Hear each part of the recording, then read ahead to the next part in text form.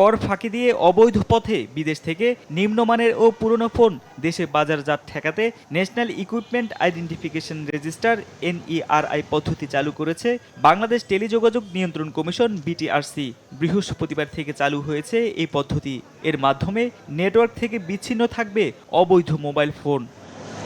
আকিজ নিয়ে এলো বিশ্বমানের বেবি ডায়াপার মাম্মাম, কটনে সফট ম্যাটেরিয়াল, বাবুকে দেবে rash free super comfort. NERI পদ্ধতি চালুর প্রতিবাদে বৃহস্পতিবার বিকেলে মোবাইল ফোন ব্যবসায়ীদের একটি অংশ রাজধানীর আগারগাঁয়ে BTRC কার্যালয় এলাকায় জড়ো হয়ে বিক্ষোভ শুরু করে। এক পর্যায়ে তারা ভবনে ইটপাটকেল নিক্ষেপ সহ ভাঙচুর চালায়।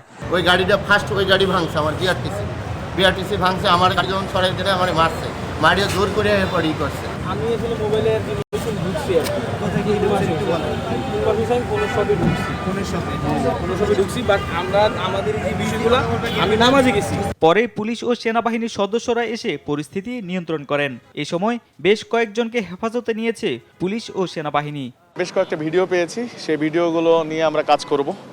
আর প্রাথমিকভাবে আমরা বেশ কয়েকজনকে হেফাজতে নিয়েছি। বাংলাদেশ সেনাবাহিনীও ওনারাও অভিযান করছেন, ওনারাও হয়তো বেশ কয়েকজনকে হেফাজতে নিয়েছেন বলে আমরা জানতে পেরেছি।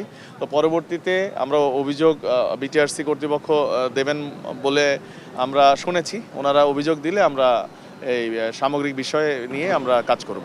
NERI কার্যক্রমের মাধ্যমে অবৈধভাবে দেশে আসা মোবাইল ফোন আর ব্যবহার করা যাবে না। তবে NERI চালুর আগ পর্যন্ত নেটওয়ার্কে ব্যবহৃত কোনো ফোন বন্ধ করা হবে না। তারেক মাহমুদ সুজন, দেশ টিভি, ঢাকা।